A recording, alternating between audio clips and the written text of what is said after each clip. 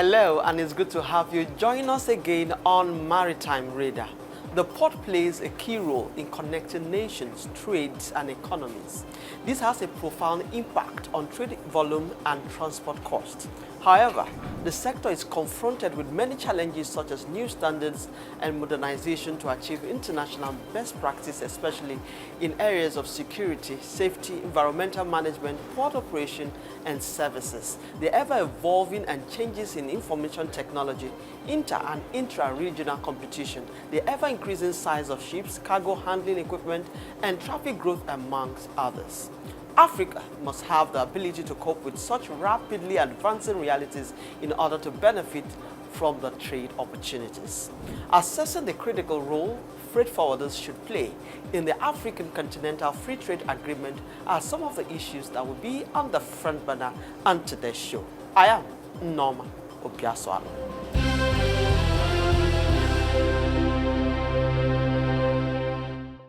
Trade agreements hold immense potential. They also present challenges for Nigerian freight forwarders, which includes complying with varying rules of origin, documentation requirements, and product standards across trade blocks. This can become complex and time-consuming. Freight forwarders must stay informed and up-to-date on the ever-changing trade regulations within these agreements to provide efficient logistic solutions to their clients. Moreover, trade agreements can influence cargo flows and demand patterns, affecting the choice of transportation routes and logistics strategies. Understanding these shifts and adapting to the changing trade dynamics is vital for freight forwarders to maintain a competitive edge. Before we get further into today's lineup on the program, let's find out the latest in maritime news.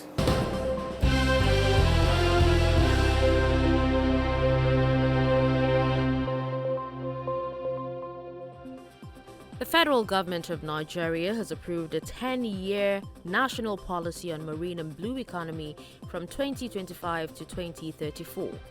The policy, approved by President Bola Tinubu at the week's Federal Executive Council, aims to harness Nigeria's vast marine resources to drive economic growth, including over 853 kilometers of coastline. It is seen as a key driver of sustainable economic growth, environmental stewardship, and job creation. According to the Special Advisor, Media and Public Communication to the President, Sunday Dare, the policy implementation will be financed primarily from the private sector, followed by various other sources.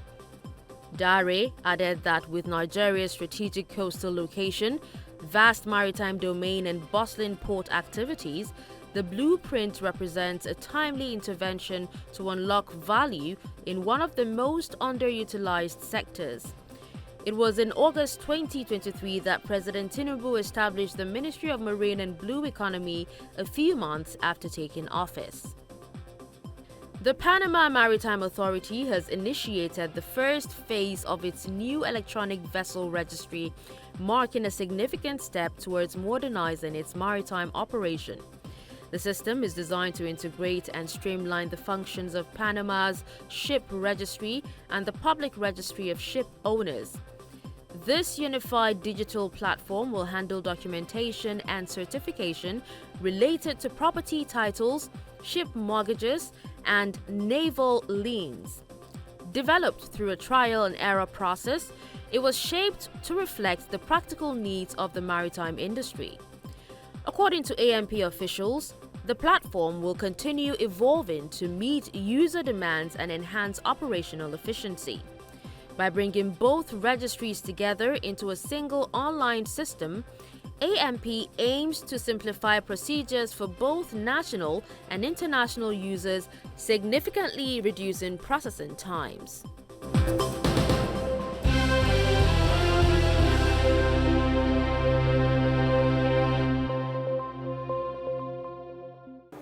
Welcome back. If you are just joining us, this is Maritime Radar. The African Continental Free Trade Agreement, which Nigeria is a signatory to, should be a transformative step for intra-African trade, aiming to create a single market for goods and services across the 54 African countries. But the challenges of infrastructural deficit, regulatory bottlenecks, and inadequate trade facilitation mechanism threatens its efficiency and economic impact. On the flip, is the critical role the Nigerian freight forwarders has to play in this regional trade, which, if it's to be achieved, will require rejigging and tailored modern innovations, and transparent operations becomes imperative. An advanced port infrastructure supports intermodal transportation, which means cargo can seamlessly transition between ships, trucks, trains, and aircraft, enhancing supply chain efficiency. This should be the required. Our guest, Abdulazeez Mukaila, is a custom broker and MD CEO, Mickey Excellency Nigeria Limited. In this episode, shares on the critical role freight forwarders needs to play to tap into the huge potential of African Continental Free Trade Agreement offers. This and many more after this short break. Please stay with us.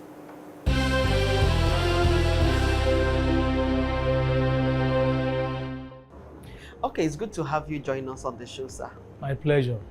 Okay, so let's start this conversation looking at a number of issues in the freight forwarding sector. How do we begin to address the structural failures and hampering ease of doing business in the sector? Yes, it's my pleasure to be here again.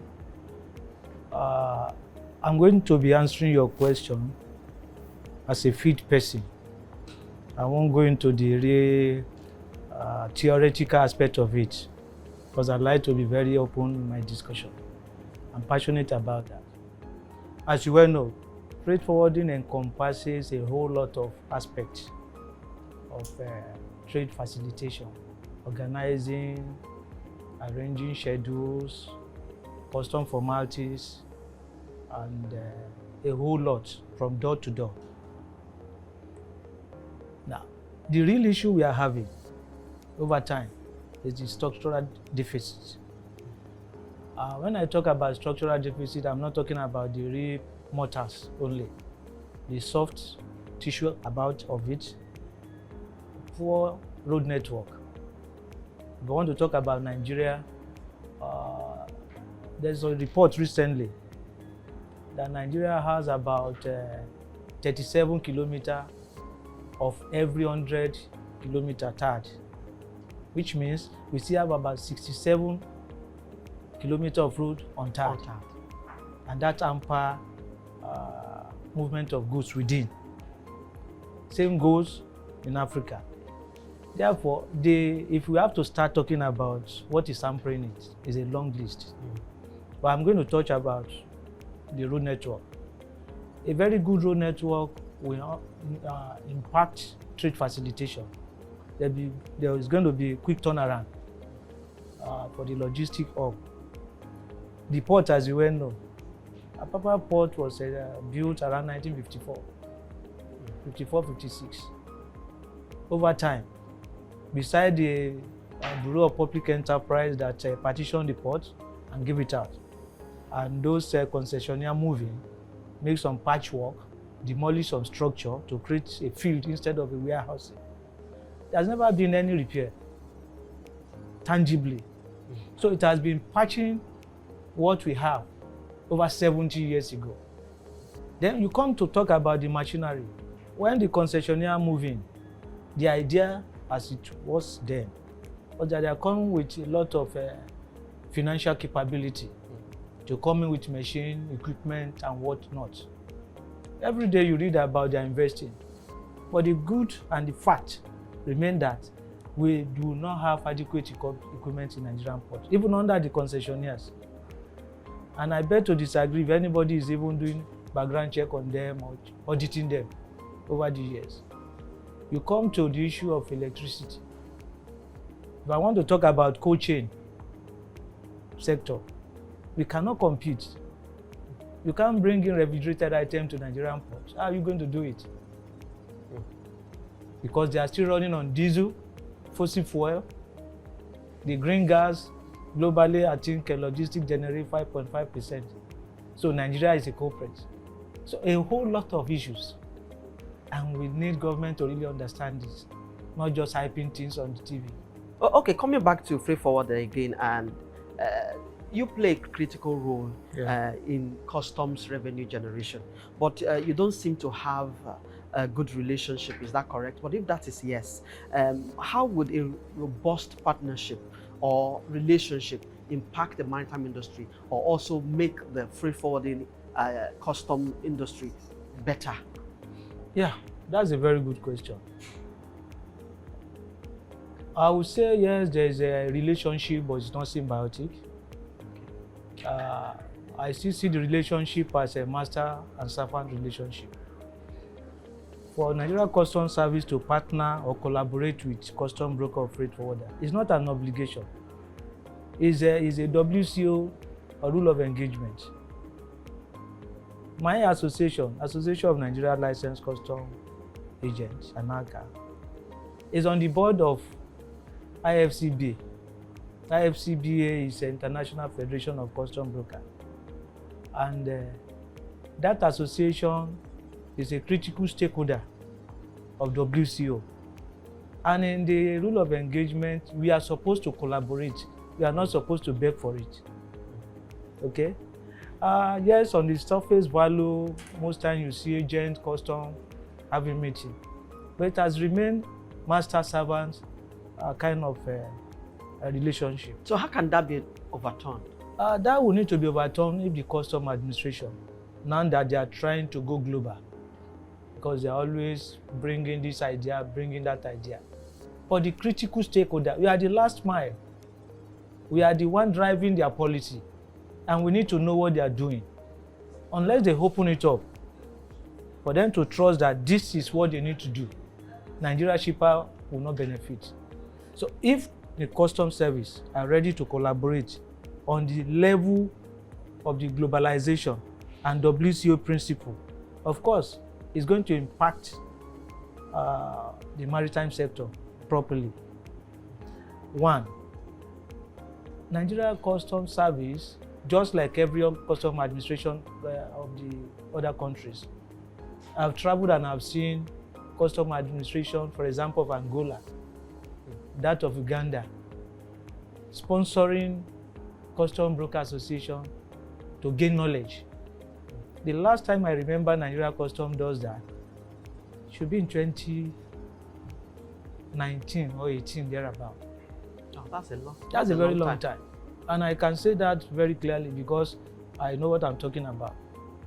I've been part of the top management team of the association. Okay, so when you don't do this kind of collaboration, yeah, you are engaging trade community, but freight forwarder are very unique. We are the background check between custom and even the trading community.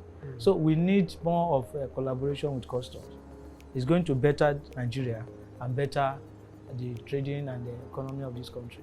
Okay, we'll be looking at a lot of policies and implementation from customs, but that will be after this short break. Please stay with us.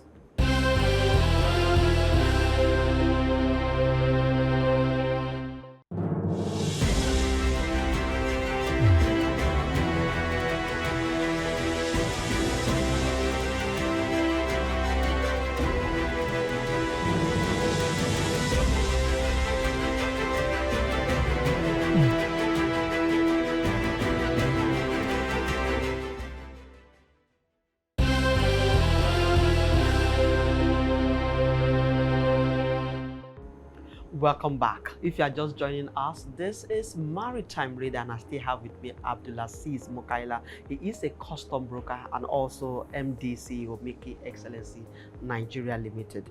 Before we went on that break, we were talking about partnership with customs. And then now we want to look at the policies. Customs seem to have released a lot of policies from time to time. How has the implementation been? How has these policies really impacted trade facilitation? You know, we see GTI, we see AIAO, we see just a lot of them being reeled out from customs. What difference has that really made? Is there an issue of policy or the issue of implementation? What is the missing link, really?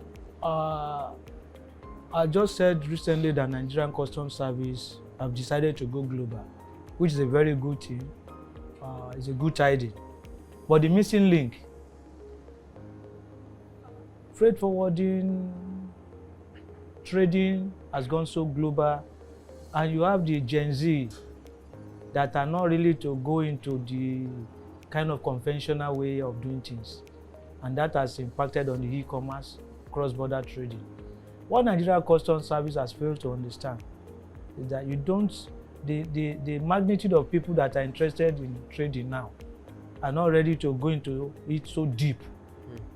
And all their policies has been targeting, you have to have processed 25 bill of entries for you to be qualified to come to AEO, whereas people are moving fashion, moving shoes, moving phones, Temu is everywhere, this de minimis stuff.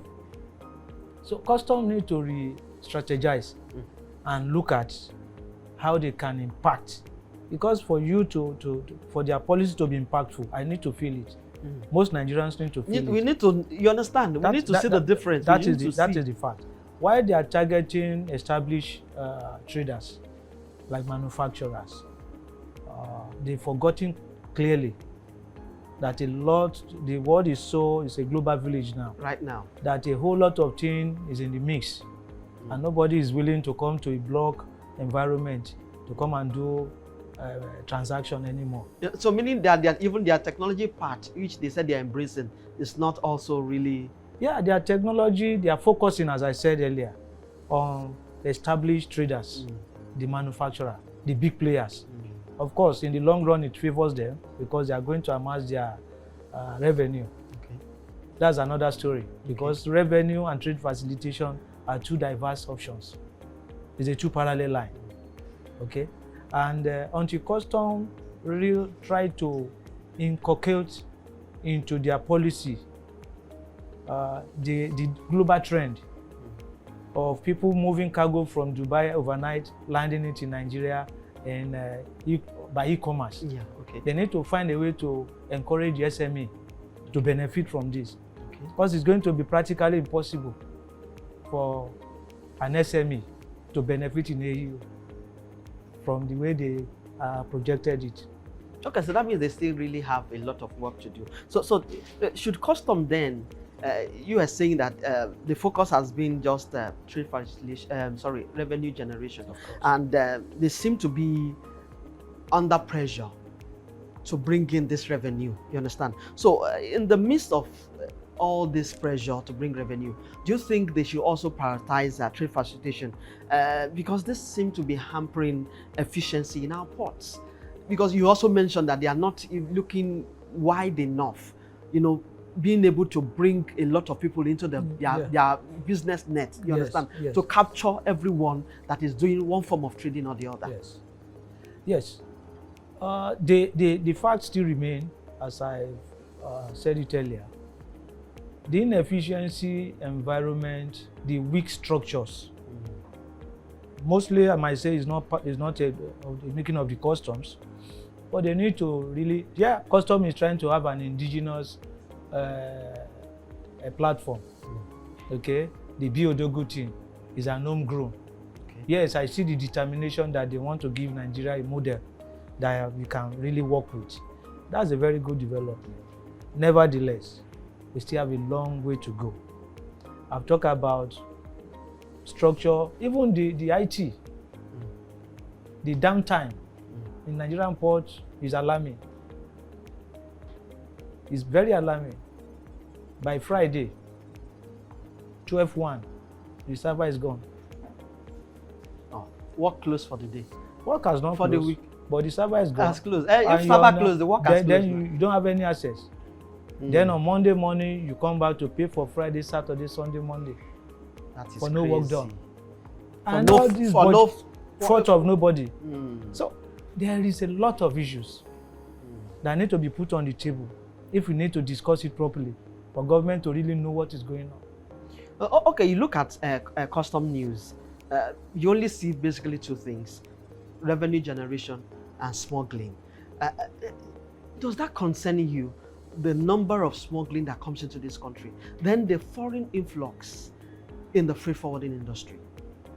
Yeah, your question has inadvertently pieced the two together. Custom has made a lot of discovery, day in, day out, weekly, getting smuggled goods, duty pay values 10 billion, 100 billion, this, that. Now, how come this still persists? And I said you have inadvertently answered your own question. we have a soft, weak structure of admittance. Indians, Chinese are now freight forwarders. In Nigeria? They are now custom brokers. And what do you expect them to do? They look at those soft targets among Nigerians who they can influence. All this smuggling thing going on, they are foreigners. They've breached our data. They've breached our security architecture. And they are licensed properly by Nigeria Customs Service, either through whatever means. I don't know the policy that guide that. Because recently the government is talking about Nigerian first. I think Nigerian first should come into this place. And by extension, you'll be hearing about NDLA news. Every day they are arresting people on the road, in the creek, everywhere with psychotropic substances. How many Nigerians have been arrested of notable freight forwarders? None. These are foreigners. Tramadol is not manufactured in Nigeria. It comes from India. Indians are clearing agents. Chinese are clearing agents. So government need to do something about it. Proliferation of arms and ammunition. These are points that Nigeria need to take proper look at. We have been exposed to foreigners, and they need to do something about it. Yeah, because all we just hear is that this is smuggled, they caught this, and so we don't really hear what happens to those people. Who are those behind this smuggling? We just see this. And I dare to say, most time they are foreigners. Using some soft targets Nigerians to give front. It's so sad. Yeah. So let's look at after. You know, as Africa moves towards deeper economic integration through AfTA, port efficiency and competitiveness becomes imperative for Nigeria's economic growth and regional leadership if we must take up our place in the region, especially as we envision being a maritime logistics hub in Africa. This means the freight forwarding has a critical role to play in the African continental free trade area. Yes. What is the role that freight forwarders are supposed to play? How have they played it? What is your expectations? How do you see this trade? Where are we and where are we supposed to? I want to be very optimistic. I know that African coming together around 2018, start up 2021 to do this AfTA thing is a very good idea. Nevertheless, the deficit infrastructure is the real hampering factor. And there should be willingness, political willpower of all participating states in Africa to do something about those deficits. Yes, for freight forwarder, ECOWAS still trade within ECOWAS. You have the regional economic community, you have East African, you have South Sahel having their own block of community, economic community. Now, talking about the impact and what the freight forwarder can do, Nigerian freight forwarder are ready for competition. But the facts remain that the structure, we have to talk about the regional integration, bad road network, okay? We talk about Lagos, Abidjan corridor, talk about the central corridor, covering Sudan, Burundi, Congo, you know, and the northern one. So we need to be deliberate to do what we need to do, because without that, freight forwarder cannot achieve nothing. Because what does AfTA really mean for the freight forwarder? It then means I can go to Morocco to practice my trade, move a cargo from Nigeria, fly down to Morocco, get it out of the port. Without no hindrance. Without no hindrance. AfTA is about integration of professionalism, migration of professionals, okay? Trade and services. But the truth of the matter remains that this protectionism of each state still persists. Much as I don't want to sound alarmist, I believe that we've started the journey. There's going to be a lot of negotiations that can unbundle all this protectionism, and even some regional economic community now have custom union. If you look at the Nigerian custom, we have CET, which is custom, ECOWAS, custom external tariff. That is regionalism, ECOWAS tariff, and we want to practice AFTA. Although the idea of AFTA is to have an African customs union, yeah, we still have a long way to go. To answer your question clearly, all these deficits need to start to change for a freight forwarder to be able to deliver by organizing, delivering, being able to say in clear time that if this cargo moves from Nigeria to Morocco, it's going to take me this minute, this hour to deliver. You know, all these, we need to unbundle it. The road network I've talked about is very terrible. Time is not always our friend when we are talking important things like this. Yes. So I hope that Nigeria will get our ass together to be able to partake in the potentials of African free continental free trade area. Then also look forward to customs. Yes, even as they are under pressure to get revenue, they should also marry it with trade facilitation. Then not just show us this smuggling, they should also show us who are behind this smuggling. Ending it is what is important, yes. Not just always reporting it. It's been Abdulazeez Mukaila. He is custom broker and also the MD CEO of Mickey Excellency Nigeria Limited. I must thank you for your time and your thoughts on the show, and I hope that these solutions that you've profiled here, customs will run with it. Freight forwarders also will also run with some of the things you've mentioned, and hopefully in good time we will see a difference. Thank you once again for your time. My pleasure, madam.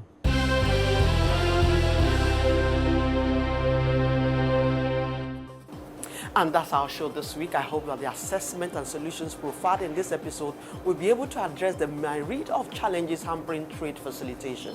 Join us every week on Maritime Radar to explore potentials that will ensure the development of the maritime sector in Africa.